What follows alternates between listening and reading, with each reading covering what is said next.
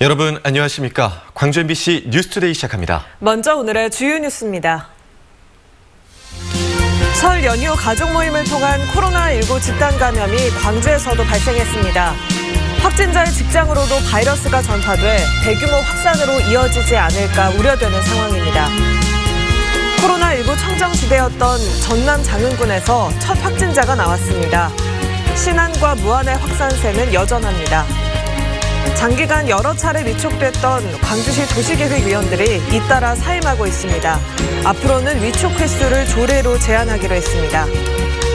전국에 흩어진 군공항을 통폐합하는 방식으로 광주 군공항 이전 문제를 해결하자는 주장이 국회에서 제기됐습니다.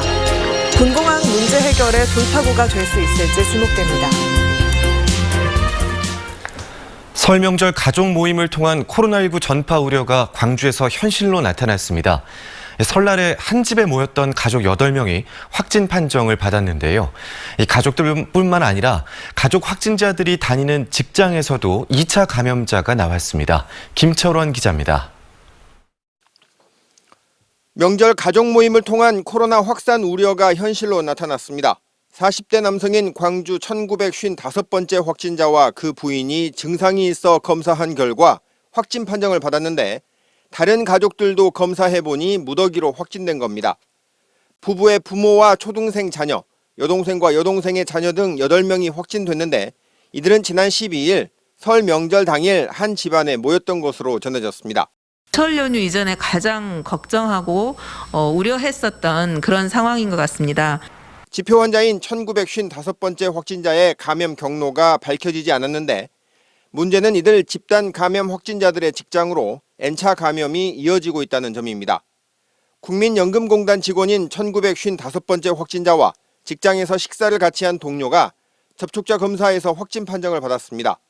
또 1955번째 확진자의 예비가족인 광주 1966번째 확진자가 명절 이후 사흘 동안 출근했던 삼성전자 광주 3공장에서도 직장 동료인 1971번째 확진자가 나왔습니다. 이 가족들은 설 연휴에 국립광주과학관을 관람했고 영광 백수해안도로에도 다녀오는 등 이동 동선이 많아 방역당국이 당혹해하고 있습니다. 설 연휴 기간에 타지를 방문하셨거나 또 지인을 만나신 분, 특히 증상이 있으신 분들은 선별검사서 검사를 받아주십시오. 설 연휴 첫날인 지난주 10일 한 자릿수로 떨어졌던 광주 지역 확진자는 정확히 일주일 만에 16명을 기록해 다시 두 자릿수로 올라갔습니다. MBC 뉴스 김철원입니다. 전국에서 코로나19 지역 감염이 없는 시군구는 딱 2곳, 전남 장흥군과 또 인천 옹진군이었습니다. 그런데 장흥에서 첫 확진자가 나왔습니다. 또 신안과 무안 지역의 확산세도 여전히 진행되고 있습니다. 천우성 기자입니다. 장흥 첫 코로나19 환자인 60대 여성은 장흥의 한 재가복지센터 소속의 요양보호사입니다. 요양보호사들에 대한 장흥군의 전수검사 과정에서 확진됐는데 설날 광주에서 온 자녀 가족을 만난 뒤 증상이 시작됐던 것으로 알려졌습니다. 확진자와 밀접 접촉한 32명은 진단검사 결과 전원 음성 판정을 받았지만 동선에 포함된 마트 손님 등에 대한 검사는 계속되고 있습니다. 코로나19 유행 1년여 동안 청정지역으로 남았던 장흥에서 확진자가 발생하면서 읍내 거리는 부쩍 한산해졌습니다. 어떻게 됐습니까? 아니요, 아침에 들었는데요. 방송에서도 들고 사람들한테 통해서도 들고 그랬는데 너무 놀래가지고 깜짝 놀랐어요. 그래가 장흥군은 코로나19 추가 확산 방지에 총력을 기울이고 있습니다. 마을 경로당, 읍면복지회관, 게이트볼장 등 체육시설 및 공공시설에 대해서 당분간 연장해서 휴관 조치함을 알려드리니 신안군 지도읍 침례교회발 집단 감염에 이어 무안군 해제면에서도 일가족 5명이 확진되는 등 전남의 누적 확진자 수는 800명을 넘어섰습니다. 무안 일가족 확진자의 경우 지도읍 교회와는 접점이 없었던 것으로 확인돼 새로운 감염고리가 될 우려도 커진 상황. 특히 금융기관에 근무하는 확진자가 업무 중 지역사회에서 만난 사람이 많아 방역당국은 긴장하고 있습니다. 이번 상황이 4차 유행에 굉장히 중요한 길목이다. 그래서 이런 부분에 대해서는 선제 검사라든지 또 앞으로 발생된 지역에 대한 검사 규모를 확대해서 설 명절 이후 코로나19 확진자가 다시 늘어나면서 지역민들의 불안감은 커지고 있습니다. MBC 뉴스 천호성입니다. 끝나지 않을 것 같던 겨울 추위도 이제 끝이 보입니다. 오늘 따뜻한 남서풍이 유입되면서 날이 풀리겠습니다. 광주의 아침 기온 영하 1도 안팎으로 아직 영하권에 머물러 있지만 어제보다는 4도가량 높게 시작했고요. 한낮 기온은 11도 안팎까지 오르면서 어제보다 10도가량 높은 기온을 보이겠습니다. 이어지는 주말 동안에는 기온이 더 오르겠고요. 날이 더 포근하겠습니다. 토요일 광주의 낮 기온 17도로 예상되고요. 일요일이면 낮 기온이 무려 20도 안팎까지 오르겠습니다. 나흘 만에 기온차가 무려 25도가량으로 크게 벌어집니다. 급격한 기온 변화에 주의하셔야겠고요. 또 특히 낮 기온이 높게 오르면서 일교차가 10도 이상으로 크게 난다는 점에도 주의가 필요하겠습니다. 큰 일교차만 염두하신다면 날씨로 인한 불편함은 없겠습니다. 오늘부터 주말까지도 내내 맑은 날씨가 이어지겠고요. 미세먼지 농도도 좋음에서 보통 수준으로 공기도 깨끗하겠습니다. 날씨 정보였습니다. 광주시 도시계획위원들이 지나치게 오랫동안 위원직을 맡아서 문제라는 지적이 있었는데요. 앞으로는 위촉 횟수가 제한됩니다. 장기간 위촉됐던 위원들은 잇따라 사임하고 있습니다. 우종훈 기자가 보도합니다. 특정 인사들이 계속해서 도시계획위원회에 위촉된다는 비판이 이어지는 가운데 2021년부터 2년 임기로 새로 위촉된 위원들 중 일부가 잇따라 사임하고 있습니다. 지난 20년 동안 6차례 위촉됐던 조순철 동신대 명예교수가 사임 의사를 밝혔고 최근 6년 동안 2차례 연임한 나강열 광주전남 연구원도 도시계획위원직에서 사임했습니다. 7차례 위원직에 위촉됐던 노경수 광주도시공사 사장이 그만둔 데 이어 세 번째 사임입니다. 이용섭 시장이 혁신안을 주문한 이후 광주도시계획위원 전체 30명 중 당연직 6명을 제외한 24명 가운데 13%가 그만둔 겁니다. 그냥 통과시켜주는 의례적인 그런 통과위원회가 아니라 실질적인 역할을 할 수 있는 방안을 이번 첫 번째 회의에서 논의를 할 겁니다. 이런 가운데 올해 처음으로 도시계획위원회가 열렸습니다. 이용섭 시장이 주문한 도시계획위원회 혁신안을 운영 세칙으로 정할 것인지 총 위촉 횟수를 조례로 못 박을 것인지 여부를 놓고 치열한 토론이 벌어졌습니다. 지금 여러 가지 시민들의 문제들도 있고 언론에서 이의 제기를 하니까 2021년도부터 도시계획위원회는 어떻게 그럼 새롭게 도시계획위원들 당사자들한테도 이 의견을 들어봐야 되는 거 아니에요? 효과적인 운영을 해보겠다 그런 차원에서 만드는 것이기 때문에 요 논의를 해보시고 이게 조금 미흡하다 좀 보완하게 되겠다 싶으면 오늘 이 자리에서 말씀하셔서 그 결과 도시계획위원 총 위촉 횟수를 국토부가 권고하는 3회로 제한하는 내용의 조례를 제정하는 것으로 결론 났습니다. 총 6년 이상은 전혀 못하게 하면 돼 있는데 광주시 같은 경우는 벌써 7, 8회 그리고 10몇 년씩 하고 있는 분들이 몇 분이 지금 들어와 계세요. 광주시는 사임한 도시계획위원들 자리에 성비와 부문의 균형을 맞추면서 새로운 위원을 공모한다는 계획입니다. 논란의 광주도시계획위원회가 새로 거듭날지 주목됩니다. MBC 뉴스 우종훈입니다. 광주 군공항 이전 문제에 대해 정부와 정치권이 적극적인 목소리를 내기 시작했습니다. 광주처럼 도심에 있는 군공항들을 통폐합해서라도 이 문제를 해결하자는 주장이 제기돼 현실화할 수 있을지 주목받고 있습니다. 이계상 기자입니다. 국회 국방위원회에서 광주 군공항 이전 문제가 본격 거론됐습니다. 더불어민주당 홍영표 의원은 지자체 간 협의를 통한 기부대 양여 방식의 군공항 이전 대책이 광주시와 전라남도 사이에 갈등만 키우고 있다고 질타했습니다. 홍 의원은 국방부가 중심이 돼서 광주 전남의 상생 방안을 찾고 군공항 이전 해법도 적극적으로 제시해야 한다고 강조했습니다. 홍 의원은 한 발 더 나아가 도심 군공항의 소음 피해가 막대한 만큼 전국에 12개나 되는 군공항의 기능을 재편하고 과감하게 통폐합한 뒤 군공항이 옮겨간 지역에 대한 지원 대책도 충분히 마련하라고 요구했습니다. 공군에서 공군기지 통폐합까지도 생각을 해야 된다고 봅니다. 비슷한 기능이 있는 데들을 통합을 시키고 그래서 주민들이 수용성 있는 쪽으로 좀 이전을 하고 거기에 지역에 대해서는 확실한 어떤 지원과 보상을 해주고 이에 대해 서 국방부 장관은 군공항 통폐합 문제에 대해서는 신중히 해야 한다는 입장을 보였고 대신 범정부 차원의 군공항 이전 대책 마련에 대해서는 좀 더 적극적으로 나서겠다고 약속했습니다. 의원님 말씀 참고해서 더욱더 적극적으로 검토를 좀 하겠습니다. 설 명절을 앞두고 광주를 찾은 정세균 국무총리도 광주 군공항 이전 문제를 광주와 전남이 알아서 합의하라는 것이 그동안 정부의 입장이었다며 올해부터는 정부가 더 적극적으로 도울 방법을 고민하겠다고 강조했습니다. 군공항 소음 피해 지역 주민들에게 당장 내년부터 전국적으로 해마다 7천억 원의 혈세가 투입될 예정인 가운데 정부와 국방부가 실현 가능한 도심 군공항 이전 해법을 내놓을지 지켜볼 일입니다. MBC 뉴스 이계상입니다. 광주 글로벌 모터스 일반직 신입사원 공개 채용에 3,000명이 넘는 지원자가 몰렸습니다. 광주 글로벌 모터스에 따르면 경영지원본부 등 일반직 사원 43명을 선발하는 공채 원서 접수에 3,274명이 지원해 76.1대 1의 경쟁률을 기록했습니다. 이는 지난달부터 진행 중인 기술직 신입사원 경쟁률 67.8대 1을 뛰어넘은 수치입니다.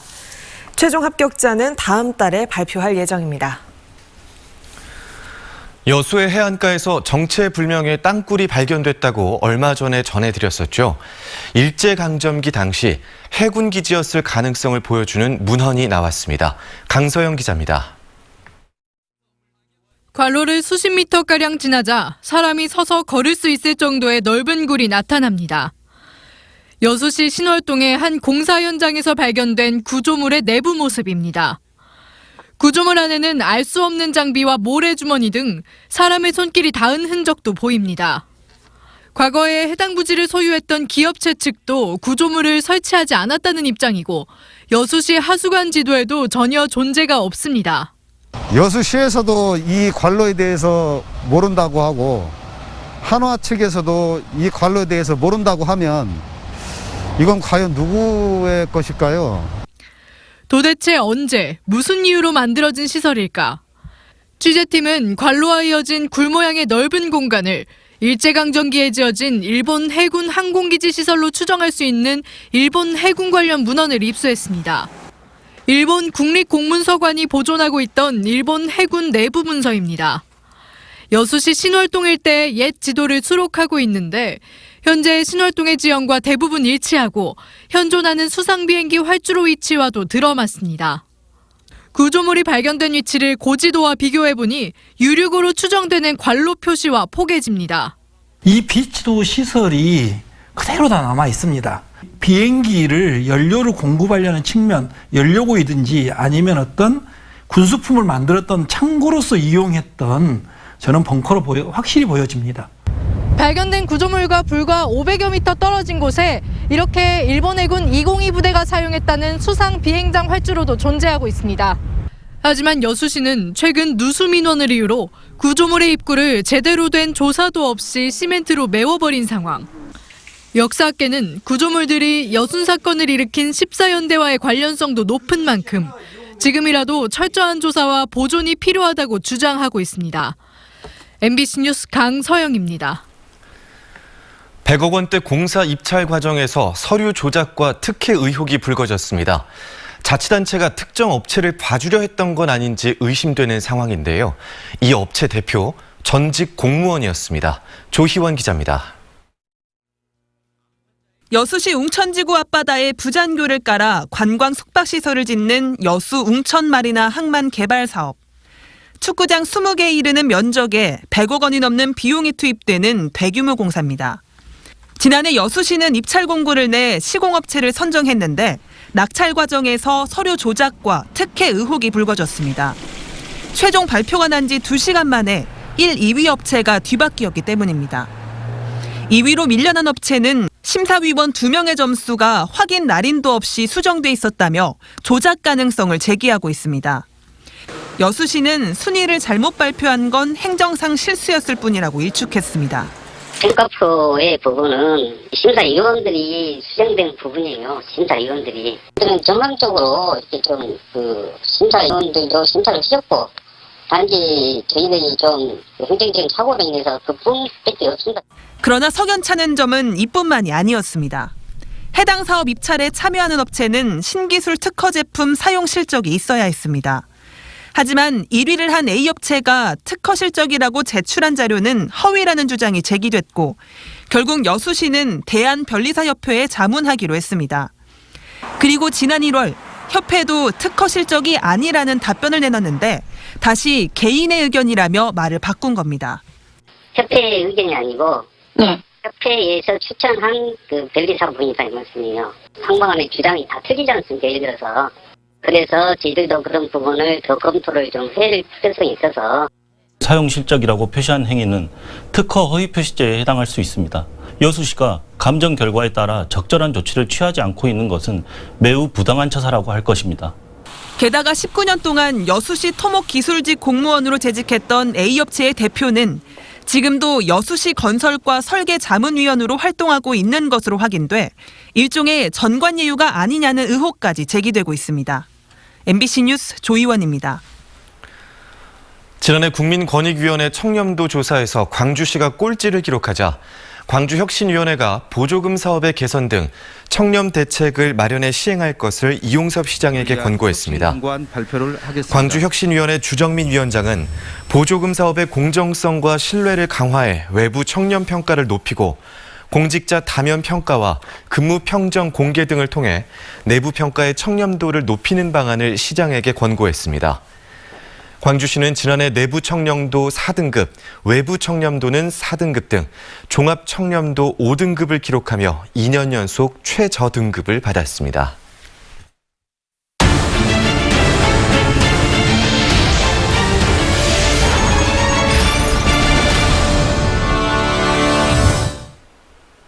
고흥 나로 우주센터에서는 국내 기술로 처음 개발돼 올해 10월과 내년 5월 발사될 한국형 발사체 누리호의 엔진 연소 시험이 진행 중입니다.